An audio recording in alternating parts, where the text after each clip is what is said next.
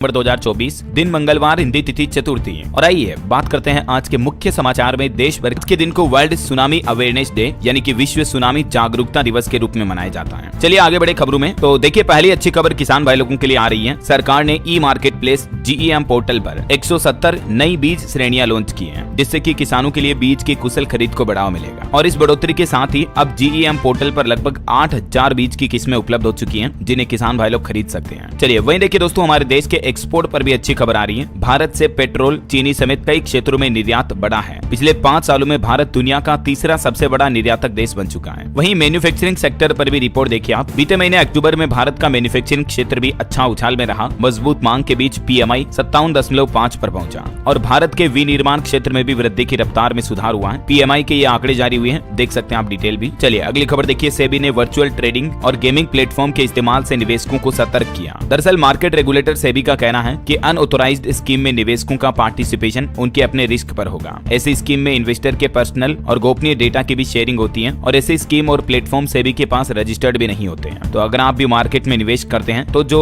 SEBI authorised broker हैं या जो सेबी के द्वारा रजिस्टर्ड इन्वेस्टमेंट प्लेटफॉर्म है, उन्हीं के जरिए निवेश करें, वरना आपके साथ धोखाधड़ी भी हो सकती है। मार्केट रेगुलेटर सेबी ने इस बारे में सर्कुलर जारी किया है। वैसे सेबी ने एक और फैसला लिया है। देखिए, म्यूचुअल फंड्स कंपनियां अब विदेशी फंड में भी निवेश कर पाएंगी। जो हम SIP म्यूचुअल फंड वगैरह करते हैं, तो कंपनियां अपने पैसे का इन्वेस्टमेंट विदेशी निवेश में भी कर पाएंगी। सेबी की तरफ से ये भी मंजूरी दे दी गई है। हालांकि इसके लिए एक शर्त होगी कि कुल निवेश का 25% से ज्यादा नहीं होना चाहिए विदेशी फंड में निवेश, ऐसा। चलिए अगला अपडेट देखिए। अब 20 नवंबर को होंगे उपचुनाव। चुनाव आयोग की तरफ से बड़ा फैसला लेते हुए कुछ राज्यों में चुनाव की तारीखों में बदलाव किया है। देखिए, केरल, पंजाब और उत्तर प्रदेश में उपचुनाव की तारीख बदली। अब 13 की बजाय 20 नवंबर को मतदान होगा। इन 3 राज्यों की 14 सीटों पर उपचुनाव की तारीखों में चुनाव आयोग की तरफ से यह बदलाव किया गया। चुनाव आयोग का कहना कि आने वाले त्योहारों की वजह से ये नया शेड्यूल जारी किया है। उपचुनाव का ये पूरा शेड्यूल भी आप देख सकते हैं। 13 और 20 नवंबर को इन राज्यों में वोटिंग होगी और रिजल्ट सभी के 23 नवंबर को आएंगे। वहीं दिल्ली मेयर चुनाव की तारीख का ऐलान भी हो चुका है। 14 नवंबर को MCD की सदन की बैठक भी बुलाई गई है और फिलहाल तय शेड्यूल के मुताबिक MCD के मेयर और डिप्टी मेयर पद के लिए 14 नवंबर को दोपहर 2 बजे चुनाव होगा। चलिए अगली बड़ी खबर आ रही है महंगाई पर एक रिपोर्ट देखिए। साबुन, तेल और बिस्किट, इस तरह की रोजमर्रा की चीजें महंगी हो सकती हैं, क्योंकि मार्जिन घटने से FMCG कंपनियां परेशान हैं और ये कंपनियां इन प्रोडक्ट के दाम बढ़ा सकती हैं। कंपनियों का कहना है कि पाम ऑयल, कॉफी और कोको जैसे उत्पादों के लिए कमोडिटी की कीमतें बढ़ गई हैं और इसलिए आने वाले समय में इन कई सारे रोजमर्रा के घरेलू सामान की कीमतों में बढ़ोतरी हो सकती है। वहीं बड़ी खबर देखिए, भारत ने कनाडा में हिंदू मंदिर में हुई हिंसा पर निंदा की और अपराधियों पर मुकदमा चलाने की भी मांग की है। और PM मोदी ने भी कनाडा हिंदू मंदिर हमले पर पहली टिप्पणी की। उन्होंने कहा कि ऐसे कृत्यों से कमजोर नहीं होगा हमारा संकल्प। अभी दोस्तों, कनाडा में हिंदू मंदिरों को खालिस्तानी चरमपंथियों ने ऐसे समय में निशाना बनाया है जब दोनों देशों के बीच राजनयिक तनाव भी बढ़ा हुआ है। वहीं खबर है, आने वाले 13 नवंबर को PM नरेंद्र मोदी बिहार के दरभंगा में एम्स का शिलान्यास करेंगे। 13 नवंबर को बिहार का दौरा करेंगे और यहाँ नए एम्स के निर्माण कार्य का शिलान्यास करेंगे और इसके निर्माण के लिए 1264 करोड़ की लागत राशि भी केंद्र सरकार ने ऑलरेडी मंजूर कर दी है। तो टोटल 13 और 15 नवंबर को बिहार का दौरा होगा PM मोदी का। इस दौरान एम्स का शिलान्यास करने के साथ ही जुमई में भगवान बिरसा की 150वीं जयंती समारोह में भी शामिल होंगे प्रधानमंत्री नरेंद्र मोदी। वहीं कल PM मोदी ने झारखंड का भी दौरा किया और यहाँ चुनावी जनसभाओं में भ्रष्टाचार पर बोले प्रधानमंत्री। उन्होंने झारखंड के CM हेमंत सोरेन का जिक्र तो नहीं किया, लेकिन JMM राजद कांग्रेस को परिवारवादी कहा। झारखंड में PM मोदी ने आदिवासियों को साधने के लिए सोरेन परिवार का नाम नहीं दिया, घुसपैठ और रोटी बेटी माटी पर जोर दिया। चलिए दोस्तों, अगली एक बड़ी दुख भरी खबर देखिए। उत्तराखंड में कल एक बड़ी दुर्घटना हो गई। बस हादसा हो गया जिसमें 36 लोगों की जान चली गई, 6 से ज्यादा घायल हो गए। टोटल 42 लोग सवार थे। मोड़ पर बस अचानक अनियंत्रित होकर 150 फीट गहरी खाई में गिर गई। उत्तराखंड तो पहाड़ी इलाका, तो यहाँ बड़ी बड़ी खाइयां होती हैं सड़कों के जस्ट किनारे ही। तो उत्तराखंड के अल्मोड़ा में कल सुबह तकरीबन 8 बजे यह हादसा हुआ जिसमें 36 लोगों की जान चली गई। PM नरेंद्र मोदी ने भी इस घटना पर दुख व्यक्त किया और मृतकों के लिए मुआवजे की घोषणा भी की है। घायलों को 50,000 रुपए की अनुग्रह राशि दी जाएगी और मृतकों को प्रधानमंत्री राष्ट्रीय राहत कोष से 2 लाख रुपए की राशि देने की घोषणा की है। और एक बड़ी दुर्घटना उत्तर प्रदेश के आगरा में देखिए। एयरफोर्स का MiG-29 विमान भी क्रैश हो गया।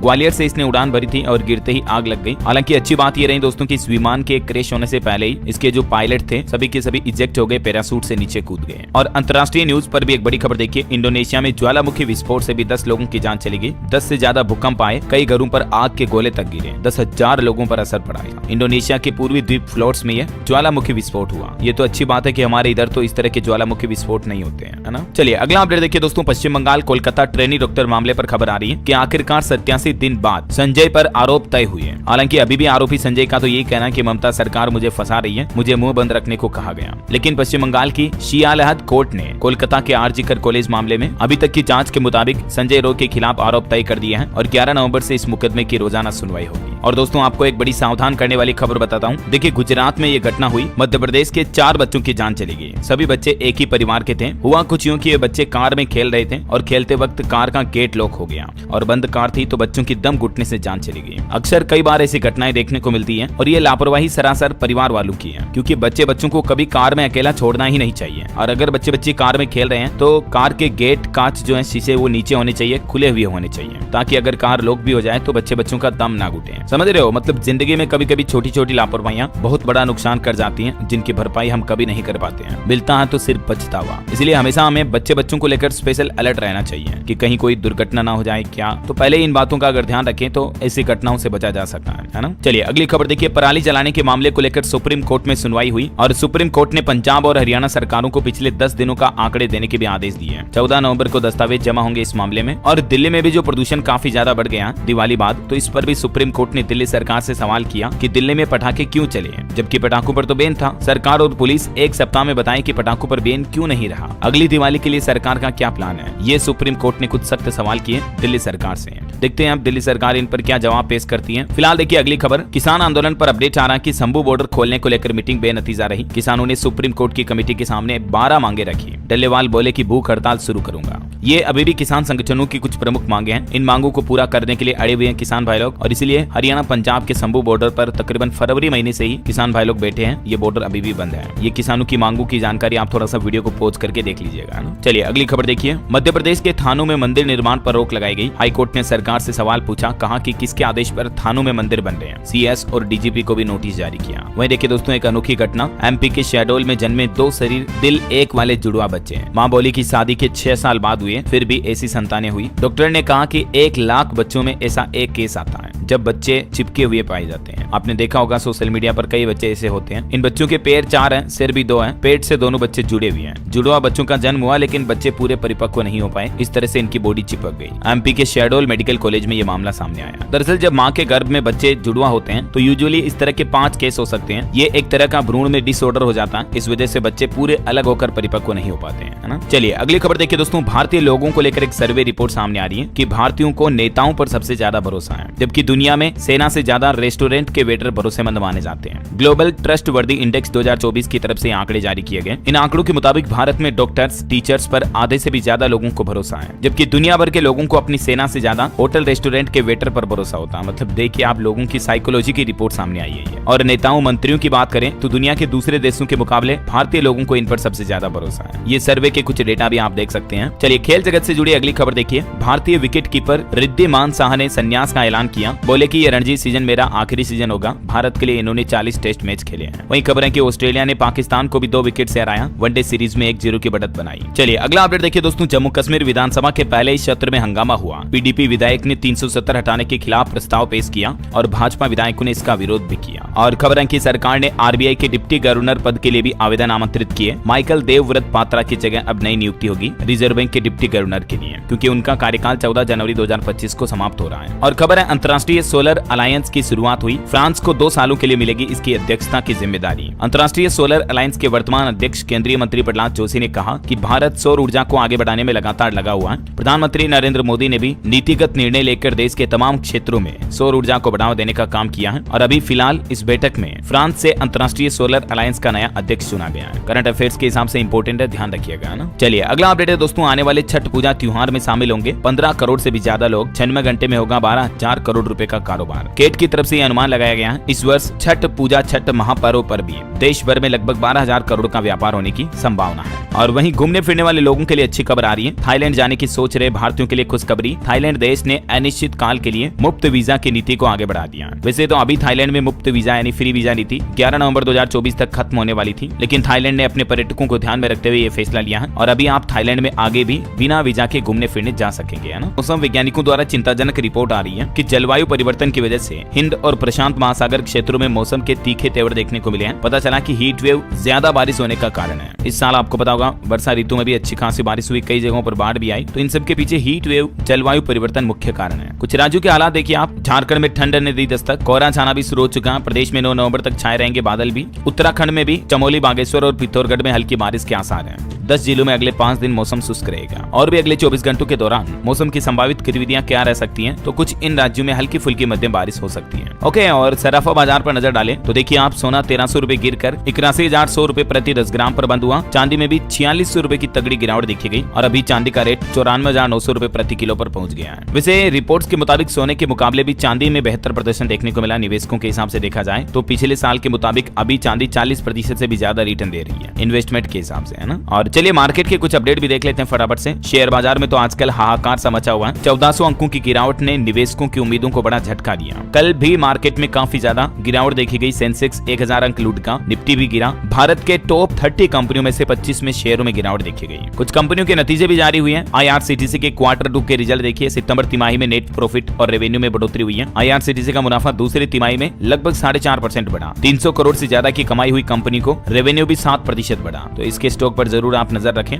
और बाकी शेयर बाजार घरेलू निवेशकों के हवाले हैं अभी, क्योंकि FPI ने तो ऑलरेडी अक्टूबर में ही 94,000 करोड़ निकाले हैं। तो इस वजह से भी मार्केट में अच्छी खासी गिरावट देखने को मिल रही है। हालांकि मार्केट की इतनी बड़ी गिरावट पर भी BSE मेंबर रमेश दमानी का कहना है कि FIIs की सिर्फ 1% बिकवाली से घबराने की कोई जरूरत नहीं है। डिजिटल इंफ्रा और वैक्सीन से जुड़ी फार्मा कंपनियों में पैसे बनेंगे लोगों के, अगर आप इन्वेस्टमेंट करते हो तो। निवेशकों के लिहाज से कुछ और अपडेट देखिए आप। रिलायंस जियो कंपनी भी 2025 में अपना IPO लाएगी, तो इसमें भी आप निवेश कर पाएंगे, क्योंकि जियो का मार्केट कैप भी अच्छा खासा है। टेलीकॉम सेक्टर में जियो के 47 करोड़ से भी ज्यादा यूजर है। और खबर है कि IRFC का भी दूसरी तिमाही में नेट प्रॉफिट 4% बढ़कर 1613 करोड़ रुपए रहा। रेवेन्यू भी 2% बढ़ा है। इसके शेयर ने पिछले एक साल में 110% तक का रिटर्न दिया। और देखिए एपकॉन्स इंफ्रास्ट्रक्चर का शेयर 8% नीचे 426 पर लिस्ट हुआ। वहीं एक और IPO भी आज से ओपन होने जा रहा, सेजिलिटी इंडिया का, जिसमें आप 7 नवंबर तक निवेश कर पाएंगे। मिनिमम 15,000 रुपए इन्वेस्टमेंट करने होंगे। नीवा बुपा हेल्थ इंश्योरेंस का IPO भी 7 नवंबर को ओपन होगा, जिसमें आप 11 नवंबर तक इन्वेस्टमेंट कर पाएंगे। मिनिमम इन्वेस्टमेंट रहेगा 14,800 का, ठीक है। और वहीं खबर है कि SBI म्यूचुअल फंड ने भी 10 लाख करोड़ का AUM पार कर लिया, मतलब total assets under management 10 lakh crore का हो चुका है। और देखिए डॉलर के मुकाबले रुपया भी 84.11 के निचले स्तर पर आया। लोकल आउटफ्लो और शेयर मार्केट में बड़ी गिरावट ही इसके पीछे कारण है कि डॉलर के मुकाबले रुपया इतना गिरा है और इससे इंपोर्ट थोड़ा महंगा होगा। ओके, तो ये तो कुछ फिनांस और मार्केट से जुड़े अपडेट्स रहे। चलिए अब अपन आगे बढ़ते हैं खबरों में फटाफट से दोस्तों। कुछ और बड़ी खबरें देख लेते हैं। देखिए चुनाव आयोग ने महाराष्ट्र की DGP का भी ट्रांसफर किया। विपक्ष की शिकायत पर यह एक्शन लिया गया। वही खबर है उत्तराखंड में शिक्षा विभाग के 1096 प्रवक्ताओं की वरिष्ठता सूची रद्द हुई। लोक सेवा अभिकरण की तरफ से यह महत्वपूर्ण फैसला लिया गया। दिल्ली वासियों के लिए एक गुड न्यूज आई। 15 दिन में 90,000 राशन कार्ड बनाएगी दिल्ली सरकार। छुट्टी के मौके पर भी कार्यालय खुले रहेंगे। 19 नवंबर तक दिल्ली की मुख्यमंत्री आतिशी सरकार की तरफ से यह प्लान बनाया गया। वही खबर देखिए झारखंड के गढ़वा में PM नरेंद्र मोदी ने 21 लाख नए घर बनाने का भी वादा किया अपनी चुनावी रैली के संबोधन के दौरान। राजस्थान के मुख्यमंत्री भजनलाल शर्मा ने भी दुग्ध उत्पादकों को बड़ा तोहफा दिया। 183 करोड़ रुपए का DBT के माध्यम से भुगतान किया। दिवाली के मौके पर मुख्यमंत्री दुग्ध उत्पादक संबल योजना के अंतर्गत 5 रुपए प्रति लीटर की दर से ये किसान भाई लोगों को भुगतान किया गया। और देखिए दिल्ली में प्रदूषण को लेकर भी सभी विभागों की समीक्षा बैठक हुई। अब तक 81,418 शिकायतें मिल चुकी हैं। दिल्ली के पर्यावरण मंत्री गोपाल राय ने प्रदूषण के खिलाफ संबंधित शिकायतों और विभागों को लेकर ये समीक्षा बैठक बुलाई। और वही खबर है दोस्तों IFFI के 55वें संस्करण में एक नई पुरस्कार श्रेणी जोड़ी गई। 5 उत्कृष्ट नवोदित फिल्में भी इसमें शामिल हुई हैं। ये फिल्में कौन कौन सी हैं देख सकते हैं आप इन फिल्मों के नाम भी। और देखिए खबर अक्षय ऊर्जा और पर्यावरण संरक्षण को बढ़ावा देने के लिए NTPC और ONGC कंपनी मिलकर बनाएगी संयुक्त उद्यम कंपनी। वही खबर है भारत और वियतनाम का 5वां संयुक्त सैन्य अभ्यास भी विनबेक्स नाम से अंबाला में शुरू हुआ। ये 23 नवंबर तक चलेगा। इसमें दोनों देशों की सेनाएं अपना सैन्य अभ्यास करेगी। और खबर देखिए भारत के विदेश मंत्री डॉक्टर S जयशंकर ने ब्रिस्बेन में भारत के नए महावाणिज्य दूतावास यानी कि नई इंडियन एम्बेसी के कार्यालय का उद्घाटन किया। ऑस्ट्रेलिया में है ये ब्रिस्बेन। रेलवे से खबर है दोस्तों 1334 स्टेशनों का अमृत भारत स्टेशन के तहत पुनर्विकास हो चुका है। और अभी त्योहारी सीजन में 2 से 8 नवंबर तक अतिरिक्त रेलगाड़ियां भी चलाई जा रही है देश भर में। केंद्रीय रेल मंत्री अश्विनी वैष्णव की तरफ से आंकड़े जारी किए गए। अभी छठ पर्व के मौके पर भी रेलवे ने आज भी 185 विशेष ट्रेनें चलाई, जिनमें दिल्ली से भी 25 त्योहार विशेष ट्रेनें शामिल हैं। और रेल मंत्री अश्विनी वैष्णव की तरफ से एक और बड़ी घोषणा की गई है। उन्होंने कहा कि अगले 5 से 7 सालों में नई प्रौद्योगिकियों से यानी नई टेक्नोलॉजी से आपकी रेल यात्रा का अनुभव पूरी तरह से बदल जाएगा। वहीं खबर है कि भारत भारत और अल्जीरिया ने द्विपक्षीय रक्षा सहयोग पर भी समझौता ज्ञापन पर हस्ताक्षर किए। इससे दोनों देशों के बीच रक्षा सहयोग को बढ़ावा मिलेगा। चलिए अगला अपडेट देखिए, जीके क्वेश्चन के हिसाब से इंपोर्टेंट अपडेट है। कोलिंस डिक्शनरी ने एल्बम शीर्षक BRAT ब्रेट को वर्ष 2024 का शब्द घोषित किया। वैसे ब्रेट का मतलब होता है एक बच्चा, जो बिगड़ेल या असभ्य बच्चा होता है ना, उनके लिए इस शब्द का इस्तेमाल किया जाता है। वहीं खबर आ रही दोस्तों के आने वाले 76वें गणतंत्र दिवस 26 जनवरी 2025 पर मुख्य अतिथि हो सकते हैं इंडोनेशिया के राष्ट्रपति प्रबोवो। और खबर है कि इटारू ओटानी को इंडिया यामा मोटर का चेयरमैन नियुक्त किया गया। चलिए यूपी की योगी सरकार की कैबिनेट बैठक के कुछ बड़े फैसले देखिए आप। अब सिर्फ 3 साल में ट्रांसफर का अवसर मिलेगा सरकारी कर्मचारियों के लिए, खास करके शिक्षकों के लिए सीएम योगी आदित्यनाथ द्वारा यह नया नियम लागू कर दिया है। अब 5 सालों की न्यूनतम सेवा के बजाय केवल 3 सालों की सेवा के बाद ही शिक्षक जो है अपना स्थानांतरण कर पाएंगे, मतलब ट्रांसफर करा पाएंगे, है ना। वहीं यूपी कैबिनेट का एक और बड़ा फैसला देखिए, बिना नॉमिनी के भी हो सकेगा ग्रेच्युटी का भुगतान। दरअसल उत्तर प्रदेश की योगी सरकार द्वारा रिटायरमेंट बेनिफिट रूल्स 1961 में संशोधन के प्रस्ताव को भी मंजूरी दे दी है, जिसके तहत सरकारी कर्मचारियों की बिना नॉमिनी के भी अब ग्रेच्युटी का भुगतान हो पाएगा। ठीक है, कर्मचारियों को ग्रेच्युटी में कोई दिक्कत नहीं होगी। इसके अलावा लखनऊ समेत 10 शहरों में बाल संरक्षण गृह भी खोले जाएंगे बच्चों की देखभाल के लिए। दूसरे राज्यों में पंजीकृत सोसाइटी न्यास भी स्थापित कर सकेंगे निजी विश्वविद्यालय, और सहायता प्राप्त महाविद्यालयों के शिक्षकों को अब 3 साल में तबादला मिल पाएगा। वहीं PSF और PCU लोन के लिए भी सरकारी गारंटी योजना को मंजूरी मिल चुकी है, और इसके लिए 1000 करोड़ रुपए के फंड की गारंटी दी गई है। योगी सरकार की कैबिनेट बैठक में ये फैसला लिया गया। एक और फैसला यह रहा, PPP मॉडल पर विकसित होंगे ये ऐतिहासिक स्थल। हेरिटेज इकाइयों के विकास को भी मंजूरी मिली है। कौन कौन से स्थलों को PPP यानी पब्लिक प्राइवेट पार्टनरशिप मॉडल पर विकसित किए जाएंगे, जिसकी डिटेल भी आप देख सकते हैं। और खबर है कि यूपी में लखनऊ के अवध बस डिपो समेत प्रदेश के 15 बस डिपो भी अब निजी हाथों में होंगे, यानी इन बस डिपो का प्राइवेटाइजेशन किया जाएगा और टेंडर जारी करने के लिए आवंटन भी कर दिया है। यूपी के 15 बस डिपो जो है अब प्राइवेट सेक्टर के अंतर्गत आएंगे।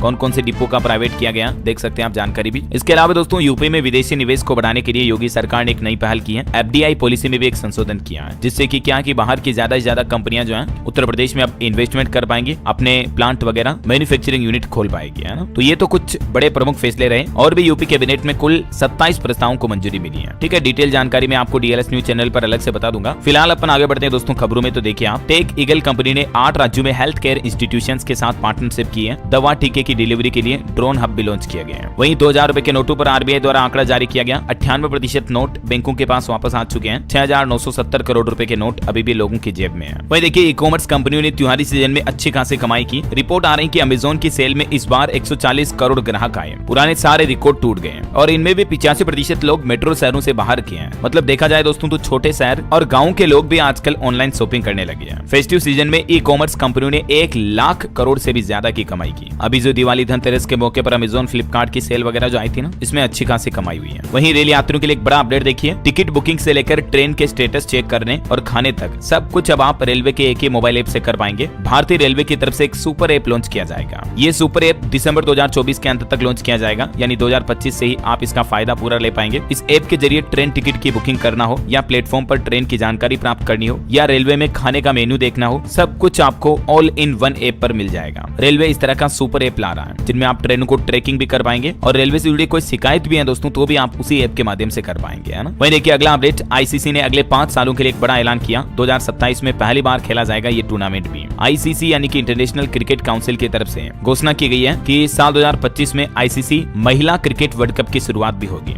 उसके बाद 2026 में भी ICC महिला T20 वर्ल्ड कप खेला जाएगा। वहीं खबर है कर्नाटक में वक्फ संपत्ति विवाद मामले में भाजपा ने पूरे राज्य में प्रदर्शन किया, कहा कि कांग्रेस कर रही है भूमि जिहाद। चलिए कुछ स्टेट न्यूज अपडेट देखते हैं दोस्तों फटाफट से। देखिए राजस्थान में 48,593 चतुर्थ श्रेणी कर्मचारी और 3,170 ड्राइवरों की भर्ती की जाएगी। दिसंबर महीने में तीसरे मुख्यमंत्री रोजगार उत्सव का आयोजन होगा। हजारों युवाओं को नियुक्ति पत्र भी मिलेंगे। राजस्थान के मुख्यमंत्री भजनलाल शर्मा की तरफ से आयोजित बैठक में ये कुछ प्लान बनाया गया है। और वही खबर है दोस्तों, राजस्थान में शिक्षक संगठनों ने भी विरोध प्रदर्शन किया। साल 2022 की भर्ती में नियुक्त कार्मिकों के स्थायीकरण यानी उनके नियमितीकरण की मांग उठाई। राजस्थान के युवाओं के लिए भी अच्छी खबर है। अम्बेडकर DBT वाउचर योजना में हर महीने 2-2 हजार रुपए मिलेंगे, और इस योजना से फॉर्म भरने के लिए लास्ट डेट है 30 नवंबर, तब तक आप जुड़ सकते हैं। छात्रों के लिए अल्पसंख्यक विभाग की तरफ से ये नई पहल की गई है। इस योजना का पोर्टल कौन सा है देख सकते हैं आप, इसके बारे में जानकारी भी ज्यादा डिटेल आपको इस पोर्टल पर देखने को मिल जाएगी, ठीक है ना। चलिए अगला अपडेट देखिए, मध्य प्रदेश के छतरपुर में बागेश्वर धाम के पंडित धीरेन्द्र कृष्ण शास्त्री बोले कि महाकुंभ 2025 में गैर हिंदुओं की एंट्री बैन की जाए। उन्होंने कहा कि ये लोग एंटी सनातनी है, हिंदुओं को ही दुकान अलॉटमेंट पर संतों की मांग का समर्थन भी किया इन्होंने। और खबर देखिए दोस्तों, अभी आने वाले छठ महापर्व के चलते हवाई कंपनियों ने अपने टिकट किराए में भी बढ़ोतरी कर दी है। 6000 की फ्लाइट टिकट अभी 18 से 20,000 रुपए में मिल रही है। छत्तीसगढ़ से पुणे, हैदराबाद, बंगलुरु, चेन्नई जाना सबसे महंगा हो रहा है, क्योंकि ट्रेनों में भी लोगों को कंफर्म सीट नहीं मिल पा रही है। और एक अच्छी खबर देखिए, छत्तीसगढ़ में धमतरी जगदलपुर मार्ग 4 लेन बनाया जाएगा। 12,000 करोड़ में बिछेगा सड़कों का नया जाल, कनेक्टिविटी और मजबूत होगी इससे। वहीं देखिए, उत्तर प्रदेश से लेकर दिल्ली तक वकीलों की हड़ताल देखने को मिली। यूपी इलाहाबाद हाईकोर्ट के बाहर भी वकीलों ने पुतला फूंका। गाजियाबाद के जिला जज को बर्खास्त करने की भी मांग की। वकीलों पर हुए लाठीचार्ज का जो मामला था 29 अक्टूबर को, वो मामला अब तुल पकड़ता जा रहा है और ये वजह की वकीलों ने हड़ताल की। और खबर देखिए आप, यूपी लखनऊ में अहाना ग्रीन्स के फ्लैटों के दाम बढ़ेंगे, 10 से 15% तक बढ़ सकते हैं रेट। और खबर है यूपी अयोध्या में भी गन्ना पेराई सत्र 16 नवंबर से शुरू होगा। केएम शुगर मिल मसौदा में 17 और अकबरपुर चीनी मिल में 18 नवंबर से गन्ना की पेराई शुरू होगी। और बड़ी खबर आ रही, बिहार में भी देखिए 24,000 शिक्षकों की नौकरी खतरे में है, क्योंकि 4,000 तो फर्जी मिले, मतलब जिनके डॉक्यूमेंट सही नहीं पाए गए, और 80% को सीटेट में 60% से भी कम नंबर आए हैं। 20% के सर्टिफिकेट भी फेक हैं। तो ये जो काफी शिक्षकों की भर्ती हुई, इनमें लगभग सभी के डॉक्यूमेंट वेरिफिकेशन के दौरान ये गड़बड़ियां सामने आई है। हो सकता है अब इन शिक्षकों की नौकरी वापस छीनी जा सकती है। वहीं खबर देखिए, बिहार पटना में 100 घाट, 45 पार्क और 63 तालाबों में होगा छठ महापर्व। तैयारियां भी शुरू हो चुकी हैं इसकी। 7 और 8 नवंबर को जेपी सेतु भी बंद रहेगा। ये देख सकते हैं आप तैयारियों की कुछ तस्वीरें भी। छठ महापर्व के चलते बिहार के कई शहरों में 5 से 8 नवंबर तक भारी वाहन भी नहीं चलेंगे। चलिए अगला अपडेट देखिए, हरियाणा सरकार का नया प्लान, हर सड़क मिनिमम 18 फीट चौड़ी होगी। पीडब्ल्यूडी मंत्री ने अधिकारियों को पहला टास्क दिया और कहा कि 2 साल का समय है, कोताही बर्दाश्त नहीं करूंगा, सड़कों का चौड़ीकरण किया जाएगा। वहीं बड़ी खबर देखिए, पंजाब में आम आदमी पार्टी और बीजेपी उम्मीदवारों के घरों के बाहर धरना दिया गया। 26 टोल फ्री कराए गए। डिम्पी ढिल्लों के घर आज से शुरू होगा प्रदर्शन। पंजाब में धान की लिफ्टिंग और डीएपी की कमी के मुद्दे पर किसान भाई लोगों ने यह फिर से विरोध प्रदर्शन किया। हरियाणा में भी प्रदूषण पर रिपोर्ट आ रही है कि 20 शहरों का AQI अभी भी 300 के पार है। पंजाब में 9 अधिकारियों पर कार्रवाई भी की गई। वहीं खबर है, चंडीगढ़ में बनेगा इंटरनेशनल जिम्नेजियम हॉल, खेल विभाग से मंजूरी मिली, यहाँ अंतर्राष्ट्रीय टूर्नामेंट भी हो सकेंगे। रेल विकास पर और एक बड़ा अपडेट देखिए दोस्तों, 3 घंटे में मुंबई से गुजरात अहमदाबाद का सफर कर पाएंगे आप। बुलेट ट्रेन परियोजना का काम तेजी से जारी है। 12 पुलों का तो निर्माण भी पूरा हो चुका है। मुंबई से लेकर अहमदाबाद तक टोटल 508 किलोमीटर के सफर में नदियों पर भी 20 ब्रिज बनाए गए हैं। ये कुछ ड्रोन फुटेज का वीडियो भी आप देख सकते हैं। यहाँ हमारे देश की पहली बुलेट ट्रेन शुरू होने जा रही है। उम्मीद है 2025-26 तक ये ट्रेन सेवा शुरू भी हो जाएगी। वहीं केंद्र सरकार का एक और प्लान देखिए आप, 10 साल में 13 गुना बढ़ा शहरी विकास पर खर्च। अब राज्यों की जिम्मेदारी बढ़ाने की भी तैयारी कर रही है केंद्र सरकार। दरअसल आवासन एवं शहरी कार्य मंत्रालय का कहना है कि फिलहाल उसकी नई योजना लाने की कोई प्लानिंग नहीं है। मंत्रालय अभी मौजूदा कार्यक्रमों पर ही फोकस बढ़ा रहा है। तो फिलहाल की जो रनिंग परियोजनाएं हैं वो कंप्लीट पूरी हो जाए, उसके बाद केंद्र सरकार कुछ नई योजनाएं लाएगी। वहीं खबर देखिए, उड़ान के समय इंटरनेट का भी इस्तेमाल कर सकेंगे। सरकार की तरफ से इसको लेकर कुछ दिशा निर्देश जारी किए गए हैं। दरअसल हवाई यात्रियों के लिए हवाई सफर के दौरान इंटरनेट यूज करने को लेकर सरकार की तरफ से नए नियम लागू किए हैं, जिनमें कहा गया कि उड़ान के दौरान यात्रियों को 3000 मीटर की ऊंचाई पर पहुंचने के बाद ही विमान में इलेक्ट्रॉनिक उपकरणों के उपयोग की अनुमति होगी। यानी उसके बाद मोबाइल फोन, आप लैपटॉप, टैबलेट वगैरह का इस्तेमाल कर पाएंगे। ये केंद्र सरकार की तरफ से हवाई यात्रियों के लिए कुछ नए दिशा निर्देश जारी किए हैं। और खबर है, हरियाणा में राज्य स्तरीय महिला पुरस्कार योजना के लिए भी 27 दिसंबर तक आवेदन कर पाएंगे। और वहीं खबर देखिए, जम्मू वासियों के लिए एक अच्छी खबर, जम्मू कश्मीर के उपराज्यपाल मनोज सिन्हा का कहना कि 3 सिद्धांतों पर काम कर रही है मेरी सरकार। 200 यूनिट फ्री बिजली मिलेगी जम्मू वासियों को जल्द ही। इसके अलावा भी जम्मू कश्मीर को पूर्ण राज्य का दर्जा भी बहाल किया जाएगा जल्द ही। चलिए कुछ एजुकेशनल खबरें देखते हैं। देखिए, बैंक ऑफ बड़ौदा में 592 पदों पर भर्ती निकली हुई है। 17 नवंबर लास्ट डेट है, तब तक आप अप्लाई कर सकते हैं। वहीं केट परीक्षा के लिए भी आज प्रवेश पत्र यानी कि एडमिट कार्ड जारी कर दिए जाएंगे। 24 नवंबर को एग्जाम होगा। हरियाणा में भी 10 नवंबर से CET एग्जाम के लिए आवेदन शुरू होंगे और दिसंबर में एग्जाम होने की संभावना है। और मोबाइल फोन लॉन्चिंग पर खबर है, Realme GT7 Pro 26 नवंबर को लॉन्च होगा। इसमें आपको 12 GB रैम, 6500 mAh बैटरी मिलने की उम्मीद है। अनुमानित कीमत 20,000 रुपए तक हो सकती है। और अंतर्राष्ट्रीय न्यूज पर एक बड़ी खबर देखिए, अमेरिका के रिटायर्ड आर्मी ऑफिसर ने डोनाल्ड ट्रंप के खिलाफ बयान देते हुए कहा कि डोनाल्ड अगर राष्ट्रपति बने तो देश की सुरक्षा और संविधान को खतरा हो सकता है। वे हिटलर के समर्थक हैं। और चलिए दोस्तों, अंत में आज के राशिफल पर नजर डालते हैं। देखिए, सिंह राशि के लोग अपनी कार्य क्षमता के अनुसार काम करें। कन्या राशि के लोगों को परिवार की मदद मिल सकती है। कर्क राशि वालों की एक्स्ट्रा इनकम के सोर्स बनेंगे। तुला, धनु और मकर राशि वालों के लिए भी आज का दिन काफी अच्छा रहेगा। और भी कुछ अलग अलग राशियों का राशिफल आप देख सकते हैं स्क्रीन पर। और हाँ दोस्तों, आप